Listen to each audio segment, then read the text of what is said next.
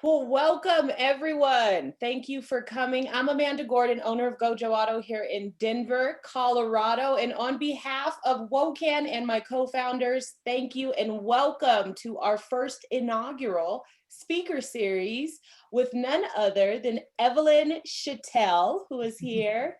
Super excited to have Evelyn on tonight. A couple of quick housekeeping notifications. We are all being recorded. Some of these clips could be used on social media for promotion purposes. If anything weird happens, we promise we won't post it, only the good stuff. Keep your smiles bright. I'd like to give a shout out to all of our members who are joining us, all of our WOCAN members. Snap your fingers. I'm going to share one time for me. Snap your fingers, WOCAN members.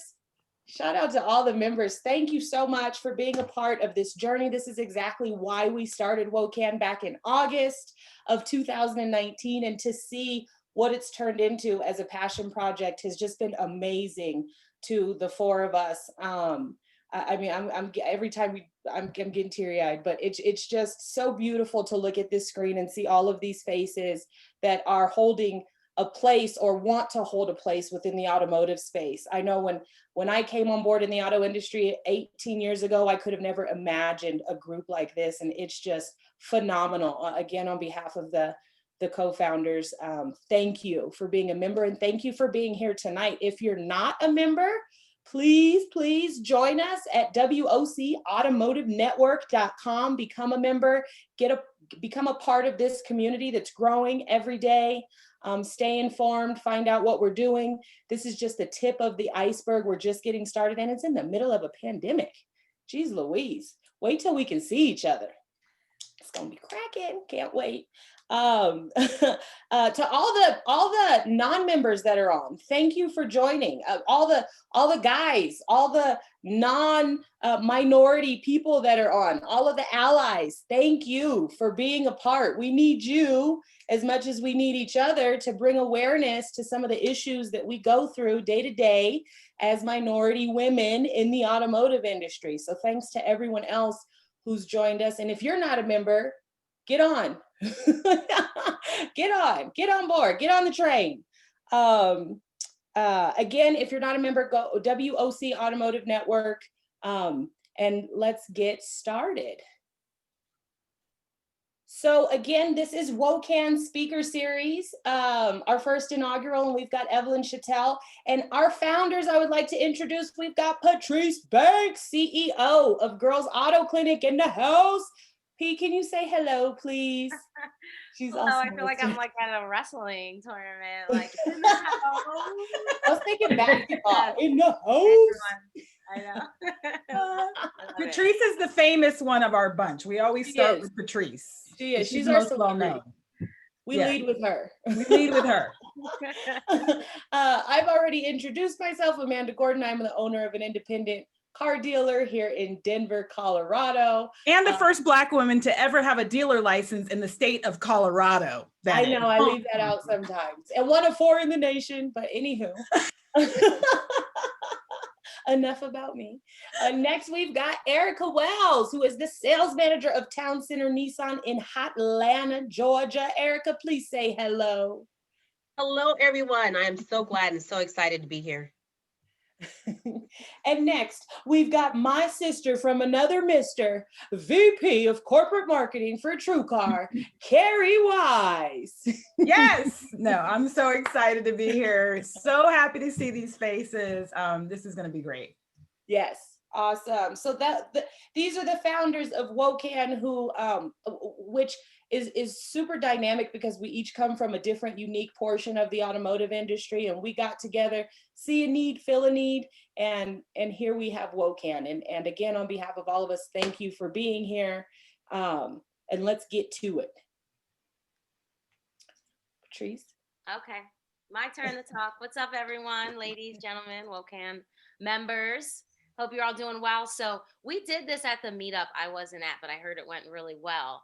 And I think it's pretty dope because we get to see where like everyone's from. And since we also got some feedback from some of our international members and people who want to join, we also included a world map, which we are going to be doing next. So how this works right now is we are going to mark where each of us is located.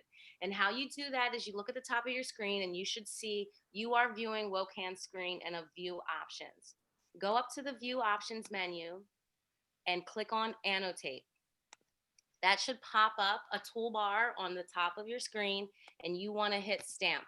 Now pick your stamp, whether it's an arrow, a check, an X, a star, a heart. I'm going to pick the heart because that's me, or a question mark, and mark exactly where you are located. And then if you're international, we're going to do this next. Okay, Northeast, I know you guys are getting snow up here. Well, I already closed my shop for tomorrow. Oh, no. Mainly because I don't want to snow blow. I don't want to plow and snow blow everything. We're just going to close so I don't have to shovel. All those I can't be the only Colorado. Now, it looks like we need to do a little more marketing on the West Coast. Yeah. That's all right, Erica, we're gonna hold it down. Erica and I are right. Yeah, you guys are down. Our meetups in the Northeast are gonna be lit. Okay. There are women of color in California. The last time I looked. All right. So are we all marked in? We got some people from Texas. I love Texas. We got an arrow going up from Wyoming or Montana up there. So, we have Washington. Is that Cindy? Okay. Is that Seattle? Yes. Maybe. Yeah, Seattle. Very cool. Look at that. All right. So it's so cool just to see where like everyone's coming from and how we've just connected with women from all over the country, but now including all over the world. Should we head to our next map? Yes, let's head to our next map. I'm gonna clear this one. All right, Bunmi, it's your turn, girl. All right, Bunmi, it's your turn to represent. It's not working yet. I'm trying to get it. I'm getting to you. Gotta pull up the map. Of course, my slides have stopped. Yes, so I can't find it. I've been trying to get it, but I can't find it. All right, here we go. I'm gonna pull it back up, Bunmi. This is your turn. Okay. All right. And we might have some other internationals. I know we have some Canadians in the group. Yeah. Are they happening? Are they on? Let's see. Okay. Make sure. All right. What is that? Is that? I see. I can't see it now. That looks like England. That's Europe. That's England. Yeah. Julia, speak up. Where are you from? I'm from Scotland. Oh, Julia! But I'm in California right now working for Rivian. But yeah, I'm from Scotland. Oh, Rivian. Cool brand. I'm from. Nice. All right. So Bunmi, why don't you tell us where you're from? You haven't marked it, but where are you from? I'm from Nigeria. Yes. Africa. Yes. Our roots, a lot of our roots. I know I have Nigerian in me. So love that. Yeah, so after 4 months, it just shows how broad we've really gotten with women of color and how much we can grow and really reaching not just the United States, but other countries. And helping, I think it's so excited because I think women are really coming for the automotive industry, especially around the world. You see women hashtagging automotive trends on Instagram and everything. So I really love this exercise. Thanks for participating, guys and ladies. Sorry. All right, everyone, this slide that you're looking at now is just a snapshot of the epic event that we did with our first member meetup. It was absolutely incredible. Imagine speed dating with all of your auto girlfriends. And when I say speed dating, I mean, 20 minutes in a room with 5 people you didn't know in this virtual Zoom. And we were sharing stories, answering questions, getting to know each other, adding each other on LinkedIn. I mean, it was just so nice to be inspired by so many women who had so many different backgrounds in all aspects of automotive. We had a woman who actually designs the cars that are in the brochures when you go to a dealership. We had people who were in service and technicians. We had people from all aspects, from front desk receptionists to owning their own shop. And we were just so blessed to have such a variety of people talking to each other, meeting each other. And we had such great feedback. It was an awesome and epic event. And we are super excited about our next one next year. So make sure you join our event. Then we want to talk about the College of Automotive Management, which is one of our sponsors. They did a scholarship for us for 1,000 Reasons Why, where we gave away $1,000 to one lucky winner and 3 other scholarships to our finalists. Cassie Hernandez was the main winner. We are super excited and so proud of our first scholarship. We have many more to come next year, so please stand by. We have lots of money to give away, and we are excited about all the things that WOCAN has to offer. just say really quickly, Cassie is someone who wants to start her own garage, and she's going to be using this scholarship to help her do that and learn more about leadership, running a shop. And so, that's right up my alley, and I'm so excited for Cassie. Yes. Congratulations. Yeah, that makes me so proud. Yeah, and we're also really excited about announcing our first sponsor. And they are a company that is near and dear to me because I happen to work at the company, TrueCar. We want to thank TrueCar and my team from TrueCar for sponsoring us. They are sponsoring us at the gold level, and we don't want to disclose what that means, but I'll just tell you that's the highest level that you could sponsor us. So they are all in terms of making sure that we launch WOCAN in the best way ever. So we are so appreciative because we're going to be able to do more events and more scholarships and really have more resources to attract and retain more women of color to the automotive industry. So thank you, TrueCar. And I'm really, really excited to announce that my boss is on the call, Beth Mack. Beth, unmute yourself, and I want you to, thank you. Without you, being a part of this, we may have not had this sponsorship, and I just appreciate you being an ally for me and being here on this call. So, oh my gosh! Well, first off, I am like blown away by this group of women and how accomplished you are and how committed you are to all of this. Like, I'm holding back a bit of emotion, as Carrie knows. I can be a little emotional, but I am just so pleased to be here. And again, like, I can't wait. Hopefully you guys will invite me back again another day and I can participate with you because I just feel it's such an important piece of the puzzle. But again, thank you, Carrie. You are a force to be reckoned with inside of our organization and outside. And honestly, it's not due to me, it's due to Carrie's efforts of getting TrueCar to sponsor, but I am happy to support as we go forward. But again, I'm happy to be here and excited that TrueCar can participate with such a great group of women and the women of WOCAN. Like, wow.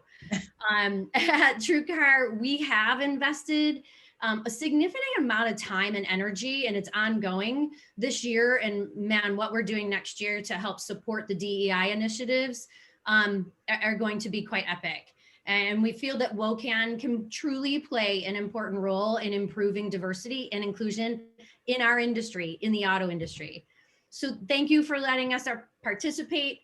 And I'm excited to see how 21 goes and, even shed even more success for this group, your businesses, and all of our communities. So enjoy the night and have an amazing, amazing holiday as we go forward from here. Thank you so much, Beth. And I want to thank the other TrueCar team members. I know Matt Jones is on here, and I think a few others are on here as well. So really appreciate you guys coming out to support.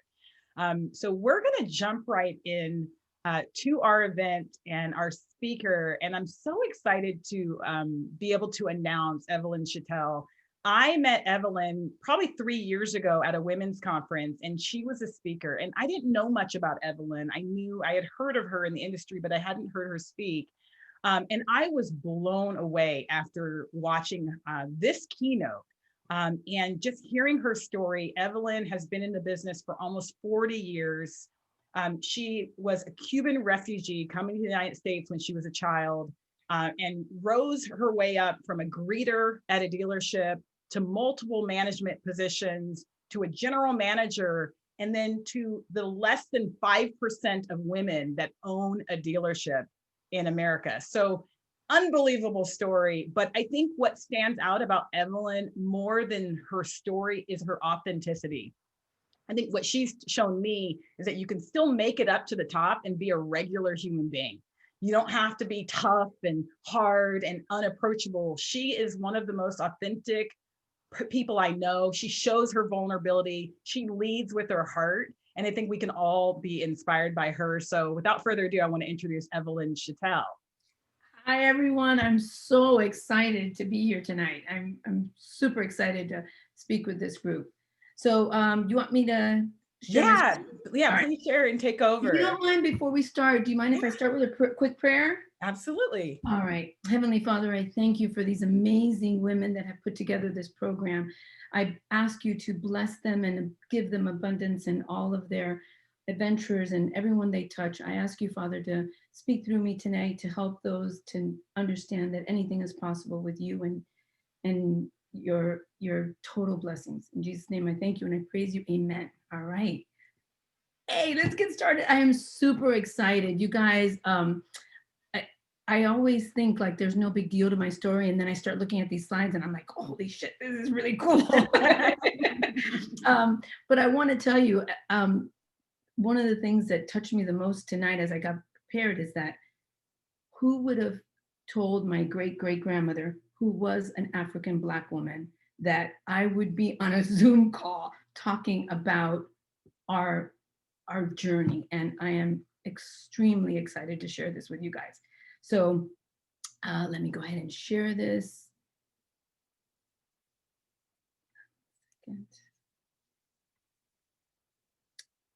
All right. So my talk is really about, it's a little bit about leadership, but it's a lot about just life and being open to opportunities and just being open to things that happen in your life. I want to tell you a little bit about how I got where I am today. This is my beautiful mother. She was raised and she was born in Cuba, and she was raised there by my grandmother and my great-grandmother. And we weren't a wealthy family, but my mom's a seamstress, so you can see these gorgeous dresses that she made. She started sewing when she was 12 years old because it was a great way to make some extra money for the family. And so all these dresses that she has in these outfits here are made by her.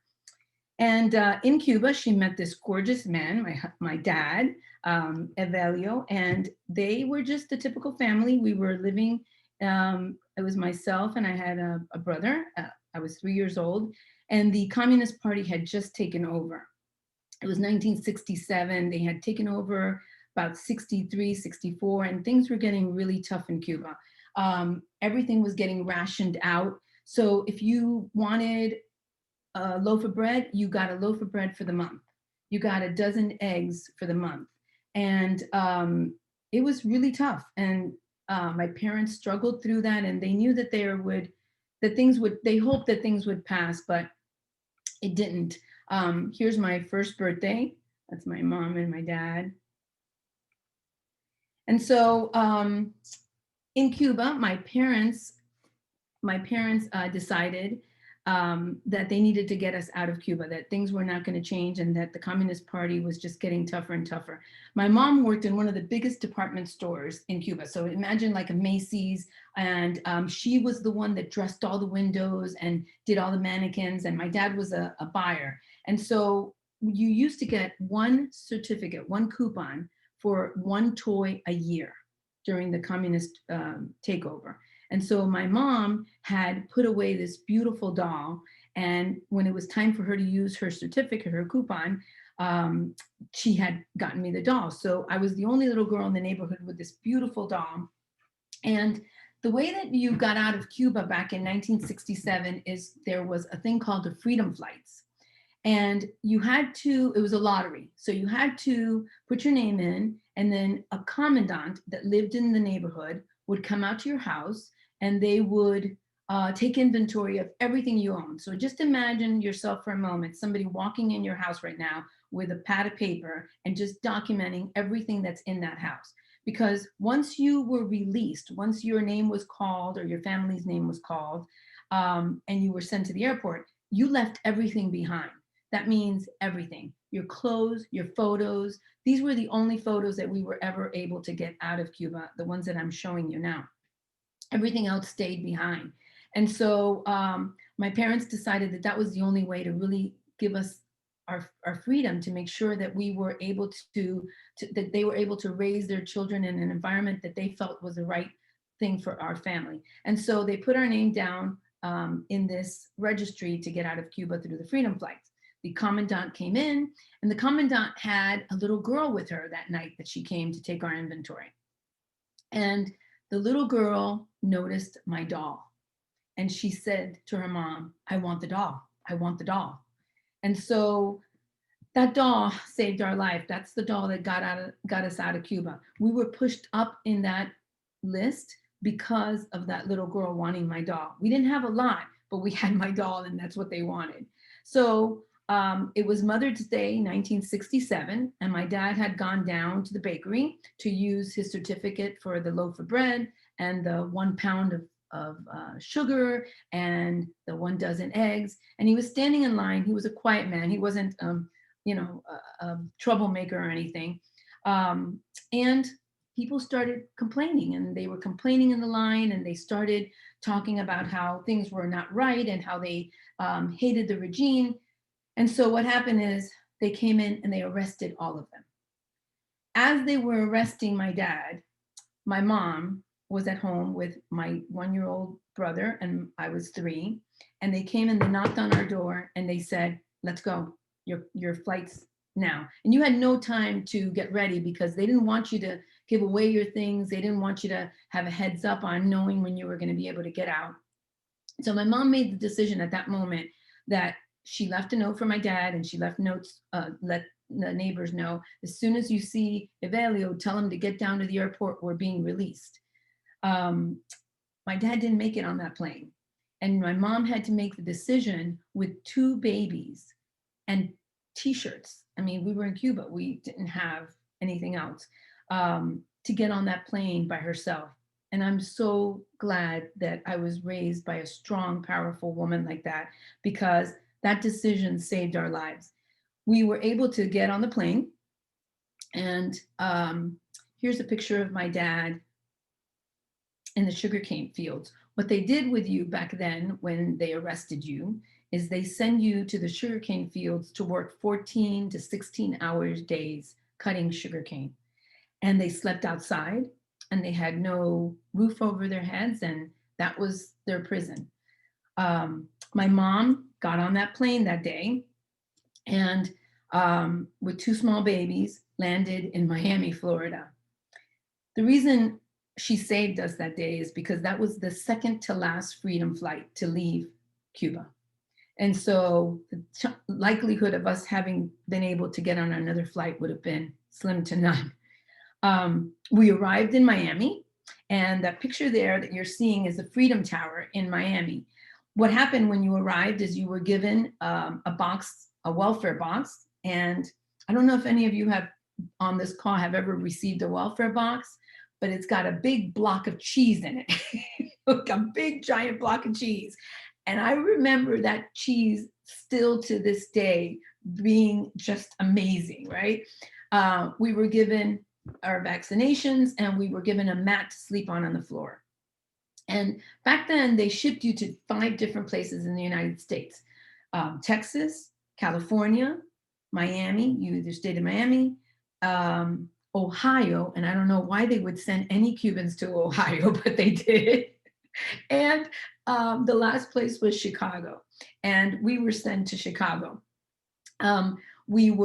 We slept that night at the Freedom Tower, and the next morning we were shipped to Chicago, and we were given an apartment in a Housing 8 development. I was telling this story at one of the meetings that I've been at, and one of the gentlemen came up to me and ran and said, I have to tell you, Mother's Day of 1967 was the coldest winter ever recorded in Chicago. He was a weather buff, and for some reason he knew this. And so can you imagine a woman with 2 babies, no clothes? We were given some clothes from a box that people had left behind, and sent to this Housing 8 development building with nothing else. My mom is just the most amazing, powerful, strong woman I can imagine, because I don't know if I would have had the guts to get on a plane by myself, not speaking the language, sent to a country, not knowing anyone, and be put in a Chicago in the coldest winter that had ever been recorded. I don't know if I would have been able to do that. But not only did she do that, but every day she got up and she took 2 buses down to the factory where she had picked up a job sewing. And so she would pick up the clothes in a big plastic garbage bag, and she would bring the clothes and the 2 babies in carry this plastic bag 2 buses back to the apartment, sew all day in a sewing machine that somebody had lent her, and do that in the evening to take back the clothes she had finished. She did this for 2 years. Not only was she alone, but she struggled through it and didn't look back, didn't feel sorry for herself, didn't give up. And she realized soon into moving into Chicago that she was pregnant. She was pregnant with my little sister, who was born in 1968, a year later. And in 1968, the US government allowed an American citizen to claim the release of a political prisoner. And that's how we were able to get my dad out. My sister, we used my sister's citizenship, because she was born in the United States, to be able to claim my father's release. And so 2 years after arriving, my dad reunited with us in Miami. So that's the first picture of him arriving in Florida. And that's myself, that's my sister on my aunt's lap. And it was amazing. I mean, my parents are just strong and powerful, and taught us that, that we can do things. I learned from them that we can do things. That was the beginning of our freedom and what shaped really my management style. I love this picture. I have to stop a minute. Look at my mom's shoes. She's in a storm. She's in a winter storm, and she is wearing 4-inch heels, open toe. Like, seriously, she is about style. Evelyn, is that snow? That's snow. That is snow. So when people tell me all the time, I wear 4-inch heels all day long, 16-hour days, I've been wearing them my whole life. And when people tell me, how do you do that? I go, she did it in the snow, so I have nothing to worry about. But really, she shaped my management style. She shaped who I was. We didn't have excuses, and we were very poor. I mean, these are pictures of my brother and sister, my mom and dad, and everybody says, oh, you look so great. You guys have beautiful outfits. These were outfits made from curtains from the Goodwill. That's why we all look the same, because it's one curtain. And so we didn't have a lot of money, but we were taught that it wasn't about that. It was about, believing in yourself, doing what you needed to do for the family, taking care of each other, and just finding a way. My mom always found a way to make sure that there was no limitations. And so that began my management style, with managers really set limitations, right? And I didn't want to be a manager. I didn't know that when I first started. I didn't have a business background to fall back on, but I just knew that I wanted to be a leader. I didn't want to be a manager. But at the beginning, I started like everyone else, and my mom was my first teacher. And my mom, who was your first teacher, right? My mom said things to us as, do as I say, because I know best. I've done it. I've seen it. I learned from my mistakes. I know I'm seeing your smiles. You've all heard these things, right? And not because she didn't think we could, because obviously you can tell from her story and from what she was able to do with us that she didn't believe she couldn't do anything.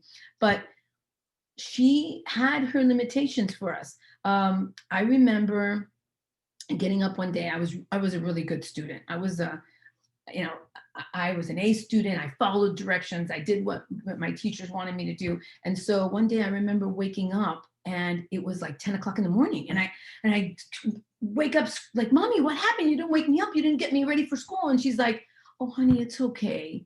You're not going to be a teacher or a doctor or anything like that. Now, anybody else would say she was setting limitations for me, but she really wasn't. She was thinking, I work in a factory. My husband works in a factory. Her expectations of what she wanted from me were not even close to what we have been able to do, because that's all she knew. That was generational. My grandmother was a house, cleaned houses. My mother worked in factories. And so whatever I did, if I was a secretary, if I was a receptionist, that was going to be better than anything they had done. And so it wasn't that she wasn't thinking I couldn't do it. I think it was just, she didn't want to think bigger than was possible. And those are generational, what's the word I'm looking for? Restraints, right? Those are not things that she was saying, I can't do it. She's just thinking, I don't want you to be hurt that you are not going to be able to do that.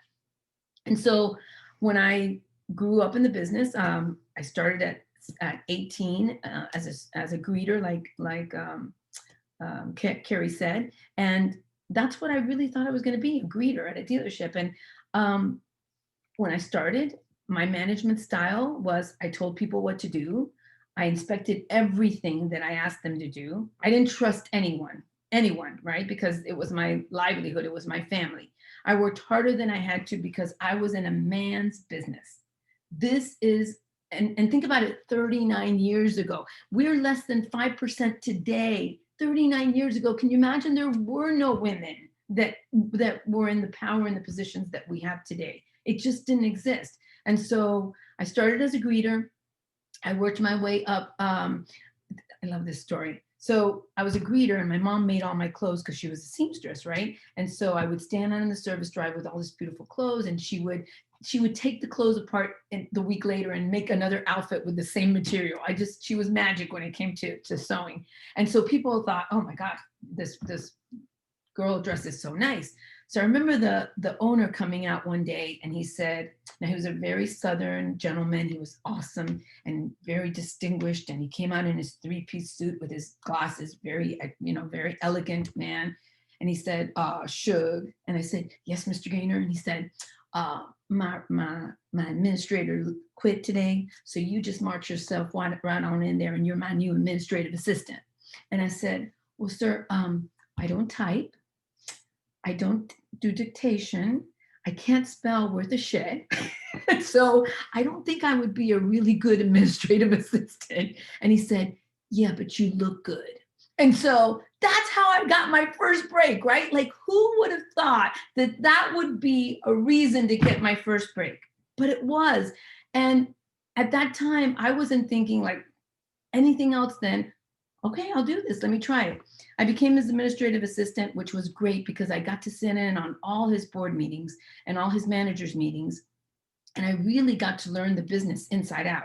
He was an excellent teacher and a great mentor. And little by little, as people would leave, I'd say, hey, I can do that job. And I became the service manager. And then I became the service director for over 50 technicians and 80 body shop men. And if you want to talk about tough job, there were no women technicians back then. There were no women in the service department, period. And so that was really amazing that I even got the opportunity to do that. I went from service director to the front end, and I learned the front end of the business, service to sales manager, to general sales manager, F&I director. I've done every job in the dealership, including cleaning the toilets. I've done that as well, and plunge them when they get backed up. But like this slide says, my style was doing this, and it is really hard. It's really hard to inspect everything that you have that everyone else does. But I had to do it because that's what women had to do back then. I knew that wasn't what I wanted to do or how I wanted to lead, but it comes from the luggage that we bring, right? And so I always talk about the luggage we bring to any business or even to a relationship. It comes from our upbringing, from our education, from our experiences, from our religion, from our family. And so I'd love to share this story. This is my mother-in-law on the left and my mother on the right. And so when my husband and I first got married, this is a great story about different luggages, right? And so we first got married. It's Saturday morning. Actually, it's Sunday because I work 6 days a week. So it's Sunday. The door flings open at 7 a.m. We hear pattering through the kitchen. The kitchen you hear the pots and pans, and then all of a sudden you hear this. And if you're Cuban, you know this sound. That's the pressure cooker. That's the pressure cooker. And there's going to be beans on the table for lunch. Like that's the way we grew up, right? And so my mom was doing what my mom does. She comes over and she starts cooking, and she didn't ask permission to come over. She just did, because that's what Cubans do. We just come and visit. So don't ever leave your doors open if I'm around, because I will come in. But my mother-in-law on the left didn't show up for months. And I said to my husband, babe, is something wrong with mom? And first of all, he was horrified that my parents were in the house at Sunday morning at 7 a.m. Like, he's like, what are they doing? I said, they're cooking. And he said, what do you mean they're cooking? And I said, yeah, that's what my mom does. And then she marched herself through our room, picked up our dirty clothes, said good morning, and proceeded to wash our clothes, because that's what Cuban moms do. That's what I grew up as normal, right? And so my husband's like, I don't understand. How'd they get in here? I go, what do you mean? I gave him a key. You mean I had an option not to give him a key? Like, I didn't know that. We don't have options. Our parents ruled, and they did whatever they do. And that's the way that Cuban parents raised us. And so again, months go by and my mother-in-law doesn't come over, and she's French, and she didn't grow up that way. And so he didn't understand my luggage. And I didn't understand why she didn't show up. She was waiting for an invitation. I wasn't going to give her an invitation. Nobody invited me anywhere. I just went. And so different cultures, different backgrounds, different luggages. Now imagine those are two people that love each other, that spend time dating, that spend time learning about each other, and we still had that experience. Imagine now going into a culture of a dealership and working with total strangers right next to you that have their own luggage, right? What's comfortable for me might not be comfortable for others. And I had to learn all that through learning my style of management. And so I did what I had to do and the way my mom taught me, and the world was changing around me. And I knew that I wanted more than that. I wanted more than the way I was managing. I was running a huge store in Miami, Florida. At that time, I had over 450 employees. I was working for a gigantic auto dealer, and I was doing great. Most women did not have the opportunities that I had as a general manager in any car dealership. I mean, we're talking about that was just not heard of. And so I won this amazing trip. And trip was 12 days in the Mediterranean on a private yacht. Listen, I'm from Hialeah. Like, we never went anywhere like that. I definitely wasn't ever on a private yacht. I didn't even know what a private yacht was. And so I was so excited. So the first thing I did, I didn't call he wasn't the first call. I called my mom and I said, I'm going to the Mediterranean for 12 days. I need 24 outfits, one for lunch, one for dinner. Every day I want to look awesome, right? So I bought these hats. I bought all this fancy clothes. I mean, she made me all this beautiful clothes, and I had all my luggage packed and I was ready to go. And we take off, and I'm so excited. I can't wait to get there. We land. Chrysler meets us, Ms. Chatel, well, let me get your luggage. And they're getting everybody's luggages, and everybody's getting their luggage, and mine is lost. All my outfits, all my beautiful clothes that my mom had made me, they can't find. And so Chrysler comes right away, and they're like, Ms. Chatel, don't worry. We're gonna take care of this. We're gonna send you shopping, and we're gonna get a concierge to take you across the street and get you some clothes. And as all this is happening, a young man comes up to my husband and he says, wow, your wife is taking this so well. Most dealers' wives would not be taking it this well. My husband then proceeds to say, well, I'm the dealer's wife. She's the dealer. That young man felt so bad that he had said that that was how I met Eric Savage and his wife, Jeannie Savage. And he felt so terrible that he insisted on taking us to dinner that night because he couldn't believe that he had done that, right? Funny part, I have to tell you the story. I don't tell this story much, but Chrysler takes me across the street to go shopping, and we walk into this beautiful little boutique, and they said, Ms. Chatel, just pick whatever you want. And I pick up this pair of jeans, and it's like $400. I mean, that was more than my parents made in 2 weeks. I put them back. And they said, no, Miss Chatel, you need to buy some clothes. I said, okay, I'll look around. And I pick up a t-shirt and it's $200 and I put it back, and that's who I was. I could not do it. I walked out of that store with no clothes. I walked back into the group with no clothes, and they said, Miss Chatel, you really need to have bought something. I said, it's okay, my clothes will show up. I just couldn't do it. That's who I am. I wasn't brought up to even think of buying a $400 pair of pants. Like, that was just crazy to me. But anyway, so I meet Eric Savage and we go to dinner and we hit it off, and we start talking about culture and how his dad owned 8 dealerships in Harrisburg in Pennsylvania, and how he wanted to make a difference in this business and how he wanted to change things as well.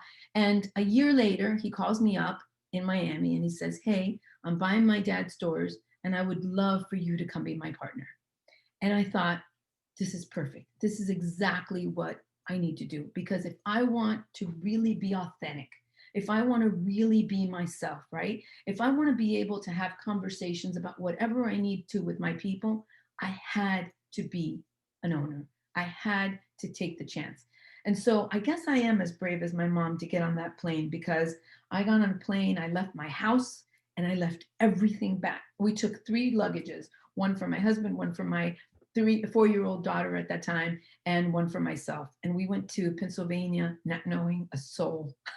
And we said, we're going to do this. We're going to buy this dealership and we're going to make a difference in how we run our company and what we do and how we care about our people and how we share what I had learned about the luggage and what I had learned about communication and what I had learned at this point about leadership and management. Management was what my mom taught me, because that's all she knew.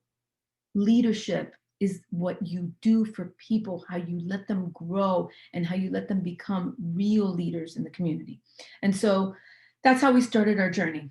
We moved to Pennsylvania. We knew we needed foundations and we needed tools. And so we started with a program called the ACT Formula. And what the ACT Formula really taught us was about accountability, communication, and trust. And with that tool, we worked hard to really talk to our people, bring them in groups and talk to them about how do we bring our luggage, right? How do we bring all of these different cultures, these different experiences, these different backgrounds into one company and make it work? For example, in my office, I never closed my door. I never locked a desk because I'm an open book. Remember, I come from a family that shows up at 7 a.m. with a pressure cooker. So it didn't matter to me that anybody walked in my office and used my stuff.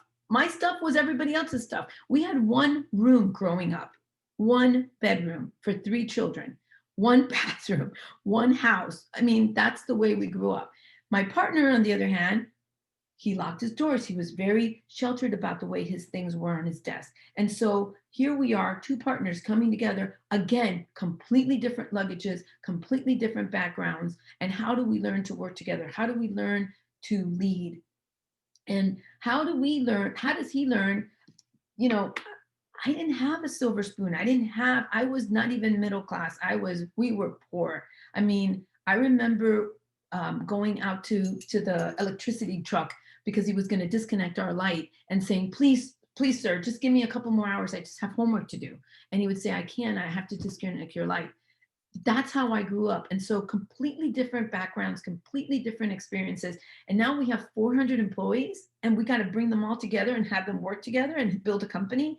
So we needed to learn how to unpack our luggage, how to work as one, and most importantly, how to trust each other, right? Because I believe it all comes from trust. And so we started a company with that foundation. We wanted to bring values, and we didn't want the values to come from Eric and myself. We really wanted to hear all of our people. And so we brought them all in. We brought them all in groups of 25 and we said, here's a blackboard, here's a whiteboard, write whatever's important to you in the company that you work. And they wrote hundreds of words. And at the end, we broke them down and we asked them, what are the most important things? And they told us that the things that were important to them were results. They wanted to feel that the company that they worked for, that they had results. They wanted to have accomplishments, and results meant different things. Sometimes results meant money for people. They wanted to be able to have enough money to put their kids through school, to buy a house, those are results. If we have results, we have money. And so we dialed it down to that word. Enthusiasm is a must for me. Carrie knows that I wanted to be able to express myself. I wanted to be able to go to meetings and not be stuffy and stiff. I think I'm the only woman that ever opened the dance floor and closed the dance floor in NAMED.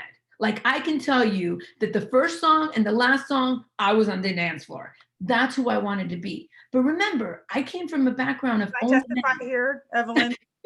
This woman, I second that testify. I witnessed it when she had a beautiful evening gown. And by the time she left the floor, her hair was soaked wet because she never left the dance floor. And I wanted to be able to express myself the way I wanted to without worrying about what men thought of me, right? Or whether that was right or wrong, that I wanted to dance, or that I wanted to pray, or that I wanted to share a story with my people that made a difference for me in my life. I didn't want to have to be worried about those judgments. And so enthusiasm for me was also about just being real with my people. I share a story that one day, some of my managers walked in my office and said, Evelyn, you need to get the hell out of here today. And I said, why? And they said, you are just out of control. You are bringing everybody down. You are not focused. Like you're in a bad place. Get out of here. And I said to Carrie the other day, that was one of my favorite days, because I created an environment that was open and trustworthy enough that my people felt comfortable to send the owner home. That's awesome. That means that I created an environment that people cared about each other. It was more important to send me home than to have me destroy a good day for everybody else, right? And so that's part of the enthusiasm, the being yourself, the being able to express yourself. And we were able to do that. And it was important to them too. Accountability is a must. Do what you say you're going to do, or don't say it. And that, I think we carried that through our message to everybody. Connection, it's the core. If you don't care about your people and you don't let them know the real you, when I get text that my daughter got awarded a college degree, or my son's in the hospital, can you pray for them? That's connection with your people. That means they care enough to include you in their life. And when that happens, you grow, you explode, you do amazing things as a community, as a company, because there's a connection between everybody. We raise so much money in our community, hundreds and thousands of dollars yearly, because people felt connected to each other and wanted to give others. Honesty, listen, if the baby's ugly, the baby's ugly. And you're going to hear me say that. And I can say that because my little baby girl was ugly and now she's gorgeous, but I was honest about it. I was okay. And I think people need to know it's better to tell them, listen, I'm not happy with your experience, what you're doing and how you're doing it, than to tippy-toe around people and not get anything done. And I think people respected me for that. When I brought them in and I said, listen, this isn't going well, they knew it already. They just needed somebody to be able to talk to about it. And then we sat together and we worked things out together and we helped each other. And I've never had anybody leave that didn't know where I stood all the time. And so these were our core values. And we came up with REACH from our core values, not because they were mine, not because they were Eric's, but because they were our people. They came up with it and we shared it. We grew our company. We gave back to the community. We gave without without wanting or to need to receive anything. And the community felt it. Customers were coming in and they were taken care of because it was the right thing to do, not because we were trying to sell a car. And it showed every day. We kept growing and growing and our people kept growing. And we never talked about getting a commitment or closing a deal or getting a TO. Those words were not shared in our dealership. We talked about serving our customers, about helping people and doing the right things. Because if you do that for your people internally, it shows externally, and our customers were seeing it. We created a go-giver environment and we led a life improvement company. It was an amazing experience. Here's a monthly lunch. Here's pictures of our monthly luncheons that we had, potlucks. everybody brought something. And I mean, you could see 200 and 300 people would just sit down for lunch. We went on trips together that we put together as a company. And then we went and read to the children. We took gifts during Christmas. We served over 250 families every Christmas by bringing gifts, food to their homes. And this was all done through employees, through their love and their care for others. We helped each other with classes and our bikes. So let me tell you a little bit about the bikes. When you're a dealer, you eat terrible. Carrie's eating now because she said to me today, I have not taken care of myself. And I get it. I was not taking care of myself. I was treating my body horribly. And I started working out and I started taking spin classes and I fell in love with it. It was awesome. And so I said to my people, you know what? What would happen if we created a spin studio here? What would happen if we brought in some bikes, if I bought some bikes and we all started taking spin classes, and if I started taking spin classes? Well, I got certified. They bought me for Christmas my certification and I couldn't let them down, right? So I had to go get certified. So among working 6 days a week, I went and got certified as a spin instructor. And I think I can say, I don't know if there's anybody else, that I am the only dealer that is a spin instructor in the dealership, right? We had amazing stories. I had one salesperson lose over 140 pounds. I had an F&I director, 120 pounds. A sales manager, a woman sales manager, 80 pounds. And we just got healthy together and we took care of each other. We did the classes together. We started weight training as well. And it happened because, again, we all cared about each other. And I can't believe when I look back at these pictures and this story that this is my life. Like, you can do it. I didn't have anything. I didn't have anything growing up. My doll, which was the only doll I had, stayed in Cuba. I didn't have a doll for years and years after that. And I look at these pictures and places I've been and the things that we've been able to accomplish, and I just can't believe that it is possible if you put in the hard work and you care about others, because they will care about you and they will push you where you can't even believe you can go. This is what my management style was, and I'm still learning, right? This is my old office in PA where I had question marks all in my wall, and my question marks were to remind me to ask questions, to not always lead, but to lead by asking questions, to get my people involved. And then they came up with the ideas and I was just the support. I was just the one that was cheerleading for them, right? And then they believe it and they grow and they become the Evelyn that I was at 18 years old. It's been a great journey. I'm now at, I'll let you share the screen now, Carrie, but I'm now in Miami. We sold our store, and I sold my store because my children just said, Mom, we don't want to work as hard as you do. It's really hard work to be a dealer. My daughter is going to go in the medical field. My son is in a different sector of this business. And it was time for us to come back home. My family's all in Miami. And I got a great opportunity to meet this amazing woman dealer, Lori Bean. She runs two huge Toyota stores and 2 huge Lexus stores in Miami. They're in the top 10 in the nation. And she needed a general manager. It was 1.5 miles from my house that I never sold in Miami. We had our store for 16 years.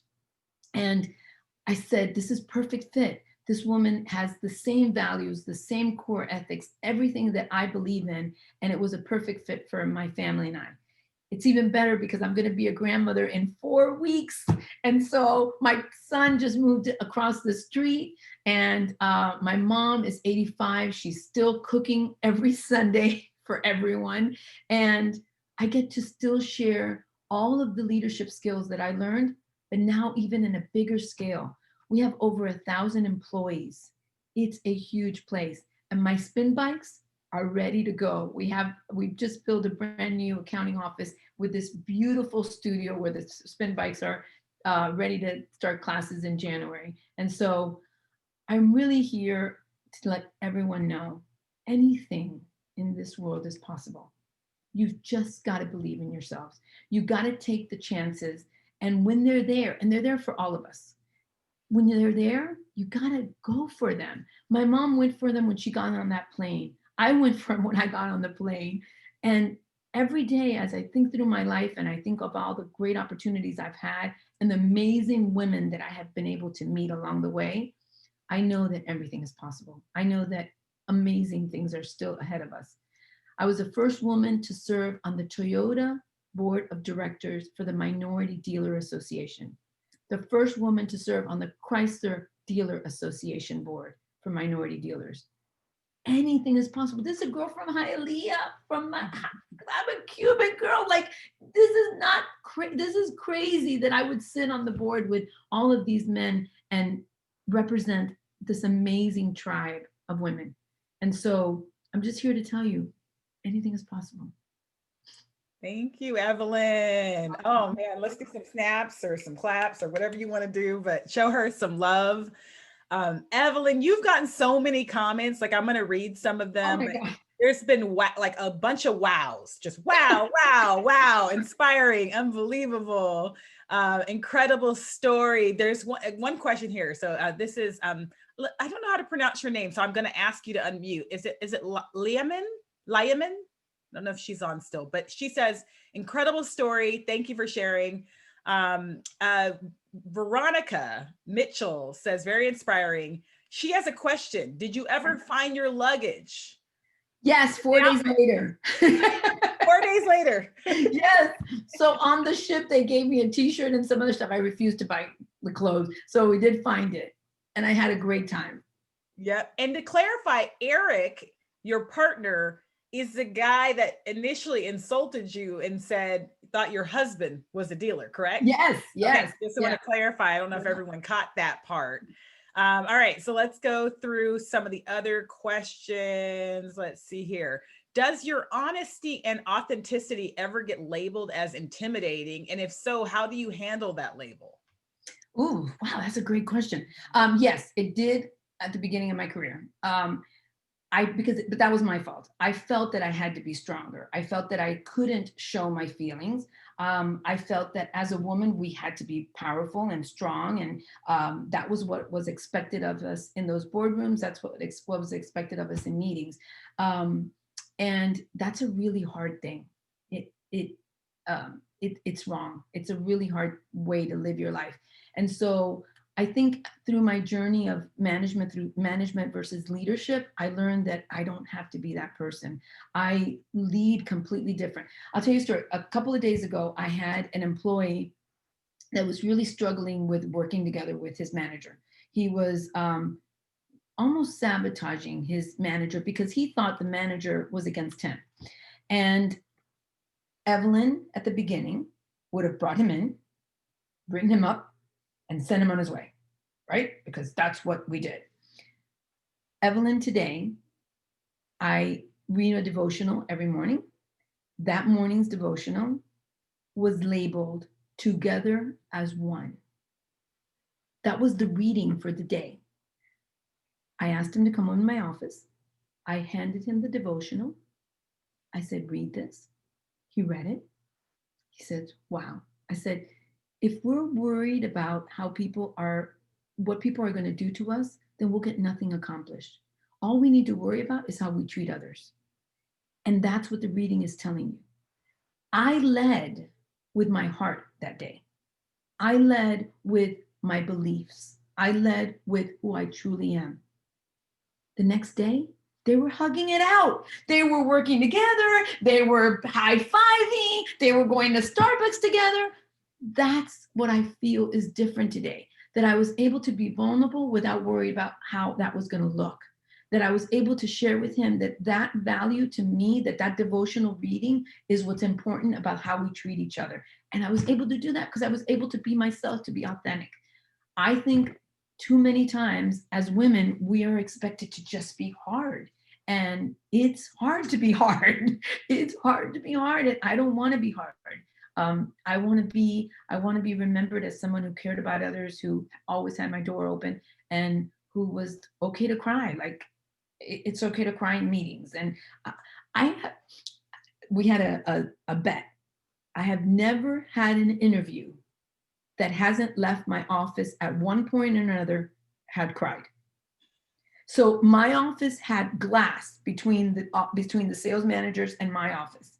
And as soon as an interviewee would come in, they'd look through the window and go, don't do it. But it was just natural because the way I spoke to them was from the heart. And at some point I touched a nerve, and everyone that I had an interview with at some point would cry, and they'd say, how the hell do you do that? And I said, I'm just being me. And they feel comfortable enough. And if they did that, I knew they were the right fit for us. And so I think it's just being yourself. Yes. But you're not, it's hard in a man's business. Definitely hard to balance that. Mary Lou asks, how do you respond to unconscious bias when it's clear that they don't recognize the impact of their words? So have you faced that, and how do you respond? All the time, and I don't pay attention. I think I am blessed with this, like a rhino vision that those things I do not even see until someone says to me, did you notice that? I'm like, no, because I was already full mission, full ahead, full steam. And I'm not thinking about that. I'm thinking about what I need to accomplish that day and whose life I can touch and how I can make a difference. And that's what I'm worried about. And so, yeah, do I realize it after because somebody mentions it to me? All day long, but not when it's happening. I just don't have time for that. I have a question just related to that. Throughout your story, I mean, you mentioned times where people have said very offensive things to you, men, right? So you mentioned your first boss, how he only really hired you because you looked, or your partner, Eric, who you became an owner with, right? Kind of overlooking you and thinking your husband was the dealer or general manager. But at the same time, in all these cases, you continue to work with these men, and you ended up getting closer to them. So how do you, I guess, where is the balance in kind of overlooking this bad behavior versus, is forgiving them and giving them some level of grace? Like, how do you balance that? That's an awesome story. So I guess it's who laughs last. So the first dictation that Shug asked me to do, he called me and he goes, Shug, come on in here. I need you to dictate a letter. And I walked in there and he goes, well, where's your pad? And I said, oh, okay. I walk back to my office. I get a pad. I come back in and he goes on and he says, he started every memo with effective immediately, right? And effective immediately, blah, blah, blah. And he walked up and down, back and forth. And I'm sitting there and I'm obviously not writing anything because I already told him I don't take dictation, right? And so he goes on and on and on. And so I go back to my desk and I type up the worst letter you've ever seen. It had nothing to do with what he said, right? The spelling was all wrong. It was just one long sentence. It had no periods. It had no commas. It was just horrible. And I walk back in and I put it on his desk and he looks at it and he reads it and he looks up at me and he says, Shug, this isn't anything that I said. And I said, I told you I don't do dictation, I don't type, and I can't spell. So I already told you this. So who gets the last laugh? Could I have taken that wrong and said, what the heck? What is this guy talking about? Go in there because you look good or you dress well. I don't think that I was thinking about it that way. And yes, is it wrong? Yes. But I took it as an opportunity to show him that I can do anything.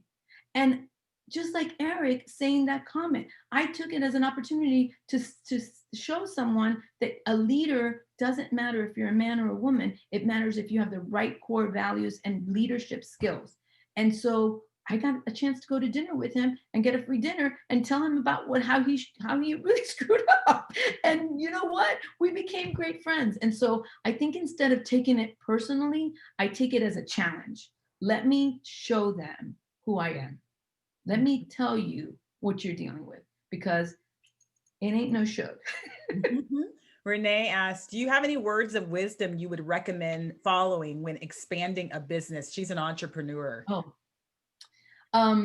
Community. So I joined every community business group that I could. because what I found out was that it wasn't about the automotive business, it was just about business. And so to give you an example, I joined one forum that had an apple grower, a tow truck company, a water treatment plant, a paint body shop, nothing to do with automotive, but we all shared the same issues with business. And it's one issue, it's people. It's all about people. Really, that's our biggest problem, right? How do we deal with people? How do we motivate people? How do we lead our people? How do we get them to work together? And so I joined as many groups as I could in the community that worked on business. And then what I found was that we all had the same problems. And I think that also helped me to feel I wasn't alone. When I heard the apple grower talk about how he was struggling to get out his, quota, it was the same as selling a car. And so we shared the same things and I didn't feel alone. I think what happens, and especially women, we think we have to do it by ourselves, right? Or we think we can't ask for help because that makes us not strong.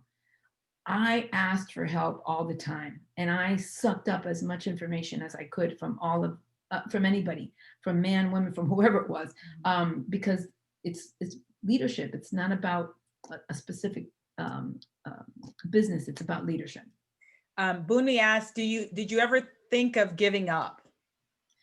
No, because that isn't an option. Never had that moment where you were so frustrated and you were just like, I'm done with this. No, this is an option. My mom did not give up. When she got on that bus with 2 babies and carried a black plastic bag, she did not give up. When the electricity got cut off, my parents didn't give up. They didn't just say, well, we don't have electricity. My dad went and pawned all his jewelry and then waited till the next paycheck to get it out. And so we didn't have an option to give up. I don't even understand what that is.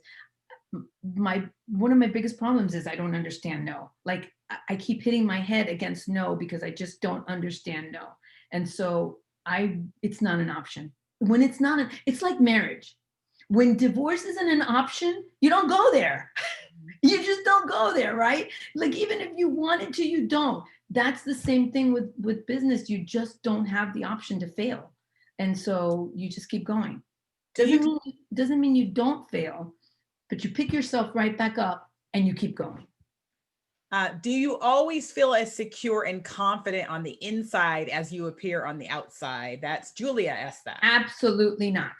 Okay, good. I was about to say, if you said yes, I was about to No, I feel self-conscious all the time. Is my hair okay? Did I say that right?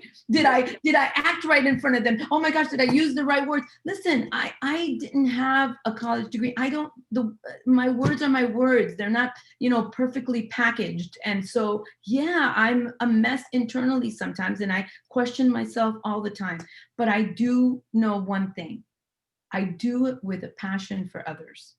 I care about the people around me. I care about my family, and that overcomes everything. That just, it pushes me every day. And so when I think, oh my God, I didn't do this right, or I messed up there. Yeah, no, I'm not perfect at all. And Julia had a funny response. She says, I'm sorry, that pleases me so much. I know, me too. Imposter syndrome. And I think what I love about what you're saying, and I'm so glad you said you do suffer from it, is that a lot of motivational speakers, and particularly women, in the quest to inspire, don't always show their vulnerability and show. Oh my God, no. So no, I'm a mess. Everyone sees that woman on stage and says, oh my God, she just has more than I have, and doesn't realize. No. And I have the same issues that we all face, the balance of family life to business, how I'm raising my kids. Do I give them enough time? Did I give my husband enough time? Did I give my partners enough time? Yeah, I face all of those same balances. I question my decisions all the time. Am I spending my time properly? Am I doing the right things? And, but that's what really is great about what you have done, and what I'm so proud of with you guys, is that you give each other an audience to be okay with being broken. it's okay. Like, it's okay to have a bad day. It's okay to mess up. It's okay to make a bad business decision. And you have a community that says, we got you. We got you. You're with us. We're going to hold you together when those moments happen. And that's what's really cool about what you've done. And I love the authenticity of it, right? I love that question came up before I finished, because it's important for people to hear that you need a community. You need that support. Okay, let's get personal for a second. Mm-hmm. There's two personal questions that are related. Sure. One, I can't find the person's name who asked it, but they asked earlier. It was Sierra asked, how were you able to find love throughout this amazing journey? And then second, Erica asked, like, how do you balance your family, being the general manager, owner? Like, how do you balance, your personal? Great question. So of course I found him in the service drive. That's where I found him. Where else was I going to be? I work 7 days a week. So he was a service advisor, and we met. And it's really funny because he had a girlfriend, and he had broken up with his girlfriend. And he walks in my office, and I had been through a bad breakup. And he says, do you want to go to the movies? And I said, no, I don't want to go to the movies. Get out of my office. And he said, I really think we should go to the movies. And I said, I am not going to the movies with you. Like, get out of here. And he said, well, we have to go to the movies. We have to go on one date before I marry you. And I'm like, what? So that's how I met him. And obviously I was clueless that was even happening, because I was too focused on work and business and doing everything right? That was way in the beginning of my career. But he's like the yin and the yang. Like, I'm that powerhouse of energy, and he's like the meditation and very balanced. And I think that's important, to find that balance for yourself, which works for us. Now, I can tell you, just like everybody else, I mean, last night, you know what? He slept on the couch because we were having a fight about gratitude. So we have this thing that every night before we go to sleep, he says 3 things he appreciates about me, and I say 3 things I appreciate about him. Well, I was having one of those days where I didn't feel very appreciated, and I didn't feel like he had done anything for me that day. And so I went ahead and said it. Not a good thing to say right before bed. And so, hey, that's okay. Life happens. You know what happened? He slept on the couch, and then this morning he got up and he said, I love you, and we work it out. And so it's really, what I've learned about marriage in this business is that I don't have to wrap it all up and be perfect either. It's going to be messy and it's going to be ugly sometimes. And, but I have a good partner that understands, and he was able to come back today and say, I love you, even though I really didn't deserve it, because I was kind of mean. How'd you balance raising kids? And, that was a tough one. Yeah. Because it's much easier to go to the dealership than to raise kids all day long. So any of the women that are out there that are raising kids, high five to you, because that's a much harder job than going to work. Much harder job. And so the bad part about that is that then I felt guilty all the time, because I left my kids with my mom and I left my kids with my husband. He took the first 5 years off to be able to be with the kids, so that someone was home with them, because I was working all the time. And so I missed all the Halloweens because they all fell on end of month. And so we didn't have a end of month day off where I could go, trick-or-treating. And so a couple of weeks ago, the kids were talking about that, and they're like, oh, my daughter said, I love Halloween. I said, I hate Halloween. She goes, Mom, you were never there for Halloween. So you get those comments and you think to yourself, oh shit, like, did I mess up? Did I do this wrong? But you know what? I have 2 strong, powerful kids that are great. They're amazing. And I guess I didn't do so bad, but it's hard. That guilt is a hard one. So Nicole said something really funny. She said, when you said guilty, we all nodded at the same time. She noticed. So we all relate to that. There was one other question I wanted to ask. Oh, Sandy says, what do you believe the auto industry needs to do to become more inclusive and be able to retain women of color? The female turnover is 98% according to NADA. And I think it goes right back to the last question you asked, which is about family. It is so hard. The dealership I'm at now, I just got the schedule for the holidays. Christmas Eve, they're open till 9. And it's tough for a woman to leave her family, leave her kids, and be in this industry when you're open till 9 on Christmas Eve, and you're on New Year's Day, and you're on an end of month, and you're on when the customer needs you, and everything else. If you really want to grow in the business, it's almost like everything else has to take a second place. And so I think what we can do, all as women, is continue to move up and change that to say, do we have to do that? Can we try different things? Can we try alternate schedules? Can we give people time off? Can we do those things? And I think the answer is yes.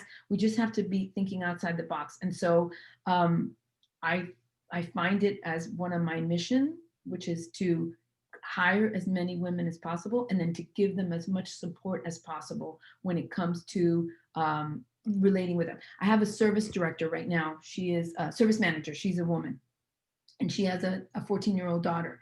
And she was talking to me just yesterday and said, it's tough for me, Evelyn. I think that's the difference, that she is able to have somebody to talk to and say, it's tough for me. How did you do it? And I say, I didn't do it perfect. Like I make the same mistakes, but when you do have time with them, love them, be present, make sure that you, and again, I'm saying all this and it's hard. Like it's easy to say, but it's hard to do, to be present when you've got all of these things on the back of your mind. But if we support each other, if we continue to support each other through these groups, through these organizations, through the community, and really help each other, I think it makes a difference. And then one last question. If you had to say one characteristic about you that has been your key to success, what would you say it is? It's the one I talked about before. I just don't understand. No, I just don't understand it. It's almost like a challenge. It's almost, even if I don't want what you just said no to, now I want it because you said no. So you're competitive in some ways. It's crazy. I don't know how to get it on my brain. Like, no, we can't do that. Oh, well, now I'm going to do it because you just said, no, I can't do it. And so then we break a record, and then, no, you can't have that. And well, now I'm going to have it because you just said I couldn't have it. And so I think that's been the number one thing. I just don't understand no. And I know that comes from my mom and dad. I know that with all my heart. I love it. I love it. Well, if there's any other questions, write them in, but I think we're gonna wrap. Evelyn, you have been amazing. You'll never believe all the comments that have come through. Oh, thank you guys. Thank you for giving me the opportunity. Thank you for letting me share the story. I mean, it's just, I'm so proud to have so many women on this forum and to be able to share my story. We really appreciate you. You inspire us. And by the way, someone wants to know, what is your sign? Cancer. Oh, okay. Well, someone wrote, your energy is infectious. I feel like I could take over the world. Thank you, thank you, thank you. Amazing and grateful for your energy and story. So it goes on and on and on. I'll share these with you after, Evelyn. Thank you so much. We love you. I love you. Thank you, guys. All right. All right. So we're gonna just wrap up. I hope you guys got so much out of this. Just want to make sure you stay connected with us on Facebook, on Instagram, on LinkedIn. We have our Facebook Live every Wednesday usually at this time. So make sure you join us on WOCAN Wednesday, as we call it. It's usually our founders, and we're just talking about all the cool things that are happening in the week.